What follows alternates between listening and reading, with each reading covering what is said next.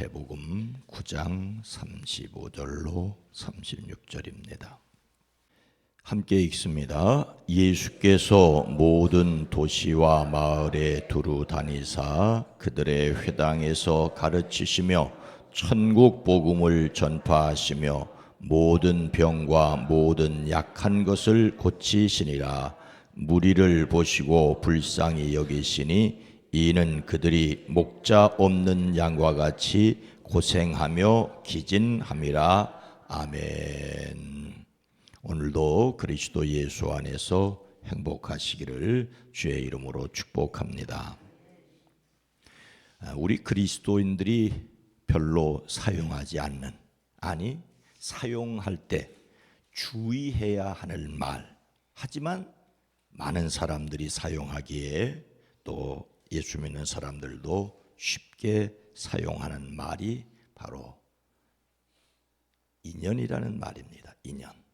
사람들 사이에 맺어진 관계, 연줄, 또 그렇게 된 내력, 이유를 가리킵니다. 교회는 하나님의 섭리를 강조하기 때문에 인과관계에 조금 소홀한 듯합니다. 불교에서 많이 사용하는 말이지요. 그러나 인연도, 모든 관계가 하나님의 섭리 안에 있음을 우리는 또한 믿습니다. 근데 이 인연의 인은 직접적인 원인을 가리킨다고 합니다. 직접적인 원인. 그리고 연은 간접적인 원인이라는 설명을 보았습니다. 이를테면 꽃을 키운다고 했을 때 씨앗은 인이고 땅이나 물은 연이라고 합니다. 이는 사람의 힘으로 어쩔 수 없죠. 봉선화를 심으면 봉선화가 피고 목화를 심으면 목화가 피고 제비꽃을 심으면 제비꽃이 핍니다. 그러나 연은 다르지요. 똑같은 씨앗이지만 좋은 땅이냐 나쁜 땅이냐, 물을 많이 주었느냐 적게 주었느냐에 따라서 꽃이 활짝 피기도 하고 시들기도 합니다. 아예 피지 못할 수도 있지요. 하나님께서 일하시는 방법은 인연을 뛰어넘기도 하지만 사람의 관계나 사람의 순종을 통하여 일하시는 것을 볼 수가 있습니다. 또 우리가 주위에서 사용해야 될 말 가운데 운명이라는 말도 있어요. 운명.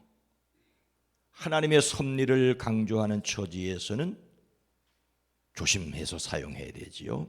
근데 이 운명이라는 말에서 운은 태어날 때 받은 것을 가리킨다고 합니다. 그러니 태어날 때부터 그렇게 태어난 걸, 제가 이 씨로 태어난 걸 어떻게 하겠습니까? 물론 요즘은 호적에서 성도 바꿀 수는 있지만 태어날 때 남성으로 태어난 거, 요즘 또 뭐 여성으로도 바꾸지만 하여튼 운은 태어날 때 받은 것을 가리킨다고 합니다. 그러나 명은 태어날 때부터 계속 만들어가는 것이라고 한다고 합니다. 운 좋은 사람도 있고 운 나쁜 사람도 있죠. 이씨도 있고 김씨도 있고 박씨도 있고 다 그렇습니다.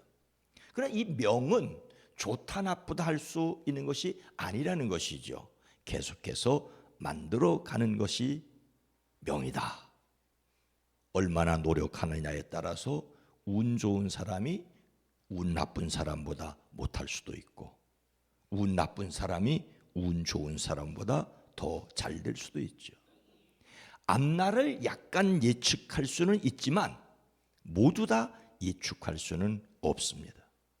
사람이 태어날 때부터 가지고 있는 운이 아니라 태어난 후에 가꾸어가는 명을 어떻게 하느냐에 따라서 미래가 바뀌기 때문이라고 말을 합니다. 이 운명과 비슷한 말 가운데 숙명이라는 말도 있는데, 운명이 가야 할 길이라면 숙명은 가야 할 곳이다. 그래서 사람은 저마다 가야 할 숙명이 있다. 그렇다면 그리스도인의 숙명, 그리스도인들이 반드시 이루어야 할 것, 그래서 우리는 숙명이라고 말하지 않고 사명, 하나님께로부터 받았다. 숙명으로, 사명으로 여겨야 할 것은 무엇일까요? 하나님께 받은 재능을 갈고 닦고 교회가 이루어야 할 사명은 무엇이겠습니까? 이를 위해 우리에게 반드시 순종해야 할 것은 무엇일까요? 예수님께서 세상에 오셔서 많은 일을 하셨습니다. 그 하셨던 일을 사역이라고 하는데, 이를 정리한 말이 바로 오늘 본문 말씀입니다. 예수께서 모든 도시와 마을에 두루 다니사 그들의 회당에서 가르치시며 천국 복음을 전파하시며 모든 병과 모든 약한 것을 고치시니라. 예수님께서 세상에 오셔서 하신 사역을 요약하는 내용으로 널리 알려져 있습니다. 이 똑같은 내용이 마태복음에 2번 기록되어 있습니다. 앞서 4장 23절에는 예수께서 온 갈릴리를 두루 다니사 그들의 회당에서 가르치시며 천국 복음을 전파하시며 백성 중에 모든 병과 모든 약한 것을 고치시니라고 말하고 있습니다. 온 갈릴리에 두루 다니셨습니다. 그런데 이번에는 모든 도시와 마을을 두루 다니셨다라고 기록하고 있습니다. 두루 다닌다는 말은 이곳 저곳을 다니는 것을 가리킵니다. 예수님은 제자들을 데리고 온 갈릴리 여러 마을을 다니셨습니다. 거기에는 큰 마을도 있고 작은 마을도 있었겠지요. 그러니 도시도 있고 시골도 있었습니다. 이렇게 두루 다니신 이유는 첫째, 가르치시기 위해서였습니다. 가르친다는 말은 이해할 수 있도록 알려주시는 설명을 가리킵니다. 예수님은 천국을 설명해 주시기 위해 알아듣기 쉽게 비유를 사용하셨습니다. 설명은 알아듣기 쉽게 해야 하고 가르치면 배워야 하죠. 예수님께서 두루 다니신 이유는 둘째, 선포하기 위해서였습니다. 선포한다는 말은 공적인 선포자로, 왕이 보낸 사람이 왕의 명령을 전달하는 사람으로, 하나님이 보낸 사람이 하나님의 말씀을 전달하는 것이 바로 선포입니다. 이것은 명령으로 주어졌으니 알아듣지 못하든 듣든 하고 싶든 싶지 않든 해야 하는, 순종해야 하는 것입니다. 그래서 전파하면 들어야 되는 것이지요. 예수님께서 두루 다니신 이유는 셋째, 고쳐주시기 위해서였습니다. 고친다는 말은 시중든다, 섬긴다, 봉사한다는 말입니다. 병든 사람을 고쳐주심으로 그들을 섬기셨습니다. 넓은 의미에서 세상을 섬기는 모든 봉사가 예수님께 받은 교회의 봉사라고 할 수가 있습니다. 예수님께서 이렇게 가르치시고 전파하시고 고치신 일을 닮아서 교회는 교육과 선교와 봉사를 주요 사명으로 여기고 있습니다. 교회가 가야 할 숙명, 받아들이고 최선을 다해서 감당해야 할 사명은 선교와 교육과 봉사지요.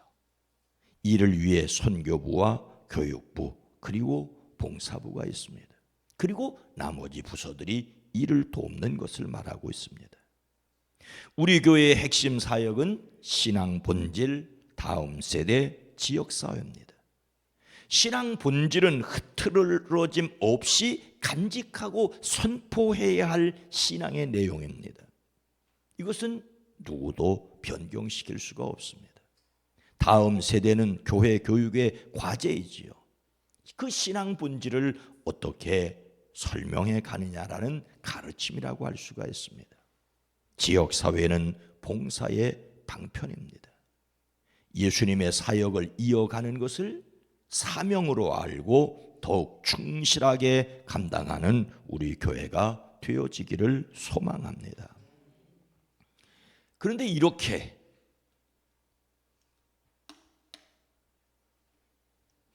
예수님께서 가르치시고 전파하시고 고치신 일을 하신 이유가 무엇입니까? 무리를 보시고 불쌍히 여기시니 이는 그들이 목자 없는 양과 같이 고생하며 기진함이라. 오늘 말씀은 예수님의 사역이 무엇인지를 설명하는 것과 함께 왜 그런 일을 하셨는지를 또한 말씀하십니다. 그것은 바로 무리를 보시고 그들을 불쌍히 여기셨기 때문입니다. 마치 목자 없는 양과 같이 고생에 지쳐 기운이 빠져 있었기 때문이었습니다. 예수님은 사람들의 필요를 보셨습니다. 예수님께서 꼭 이렇게 살펴보셔야만 사람 사정을 아실까 싶습니다만 우리는 사람들의 필요를 살펴야 합니다. 교회는 하나님 나라를 위해 세상의 필요에 민감해야 합니다. 세상을 닮아가기 위해서거나 동경하기 위해서가 아니라 사명을 감당하기 위해, 복음을 전파하기 위해, 모든 민족을 제자 삼으라는 명령에 순종하기 위해 세상과 사람들의 필요에 민감해야 합니다. 예수님께서 그들을 보셨을 때 그들을 불쌍히 여기게 되었습니다. 이 불쌍히 여긴다는 말은 이 내장을 가리키는 말에서 유래했습니다. 우리말에 마치 창자가 끊어질 것 같다는 아픔을 표현할 때에 바로 그 말이 바로 불쌍히 여기다는 말입니다. 간절히 열망하고 동정심을 느끼는 것을 가리키죠. 그렇게 주님이 불쌍히 여기게 되신 이유는 그들이 마치 목자 없는 양과 같이 고생하고 있었기 때문입니다. 양은 순수하지만 목자가 없으면 불쌍해질 수밖에 없습니다. 오늘 성경 말씀은 고생하며 기진한다고 했는데 이 고생한다는 말이 가죽을 벗기다는 그런 뜻입니다. 가죽을 벗긴다. 잡아찢고 난도질하는 것을 말하죠. 이 고생이란 말이 얼마나 괴롭힘을 당하고 있는지를 말하고 있습니다. 또 기진하다는 말은 난폭하게 메어치는 것을 말하고 있습니다. 우리나라 군대에서 사용하던 말 가운데 초전 박살이란 말이 있습니다. 이 박살은 깨어져 산산이 부서지는 것을 뜻하지요. 전쟁이 나면 처음부터 적을 완전히 깨트려 버리겠다는 의지를 담은 말이긴 하지만 사실은 일반적으로는 섬뜩합니다. 사람을 위해서 아래로 내려던져 깨트린다는 뜻이기 때문에 그렇죠. 예수님께서 그들을 가르치시고 선포하시고 고치신 이유는 그들의 형편이 마치 껍질을 벗기는 것 같고 위에서 사람을 내리쳐 흩어놓는 것 같은 보기에 답답하고 딱해서 걱정스럽고 안쓰럽기 때문이셨습니다. 목자 없는 양처럼 이리 치이고 저리 치이며 살아가는 당시의 사람들이었습니다. 당시 백성들은 로마의 착취를 당했습니다. 정치적 자유를 누릴 수가 없었습니다. 율법적 의무를 지나치게 강조하는 종교에서 평안을 누릴 수가 없었습니다. 무엇보다도 영적으로 사단에게 눌려 있었습니다. 어디에서도 위로받을 수 없는 그들을 예수님께서 보셨기에 목자의 심정으로 하나님 아버지의 마음으로 그들에게 가르치시고 선포하고 고치시지 않을 수가 없으셨습니다. 그렇다면 오늘 이 말씀을 우리의 마음에 새기고 예수님의 사역을 우리 교회가 어떻게 실천해야 하겠습니까? 예수님 닮는 성품 주제인 포용을 위해 하나님이 주시는 능력으로 더 근본적인 필요를 본다. 더 근본적인 필요를 본다. 근본적인 필요를 보려고 할 때에 고민은 있어요. 사람들의 욕심과 욕망을 자극하고 자신의 욕심과 자신의 욕망을 위해서 신앙생활을 하는 사람들의 그 욕망을 만족시키는 것이 과연 하나님께서 원하시는 것일까? 그러나 영혼의 곤비함을, 영혼의 목자를 잃어버린 안타까운 모습을 보기에 영혼을 살리고 그 영이 산 사람들이 이 땅에서 살아가는 그러한 교회가 되기를 원하고 기도하고 축복합니다. 오늘 하루도 승리하시기를 주의 이름으로 축복합니다. 거룩하신 하나님, 자비로우신 주님, 주님이 이 땅에 오셔서 가르치시고 선포하시고 고치신 것은 우리가 결코 변경시킬 수 없는 우리 교회에게 맡겨진 사명인 줄로 믿습니다. 이 사명을 수원 땅 이곳 언덕에서 이 시대와 지역을 위해 어떻게 감당해야 할지, 자신의 욕망과 욕심을 만족시키려는 세상 가운데 하나님도 그렇게 믿으려고 하는 세상 속에서 영혼의 목자이신 주님께로 돌아서며 영혼의 곤비함을 해결하여 주는 영적인 쉼터가 되어지게 하옵소서. 성령 하나님, 우리 북수원교회가 주님이 하셨던 그 일을 오늘 이 땅에서 잘 감당할 수 있게 하옵소서. 그래서 주님의 마음을 가지게 하시고 아버지 하나님의 마음을 가지게 하옵소서. 오늘 하루도 승리하게 하옵소서. 복되게 하옵소서. 예수님의 이름으로 간절히 기도드리옵나이다. 아멘. 오늘 말씀을 생각하며 자신의 영적 곤궁함을 깨닫기를, 우리 교회가 하나님의 긍휼을 베풀 수 있기를, 수고하고 무거운 짐을 주님께 돌아와 풀게 되는 세상을 위해 기도합니다.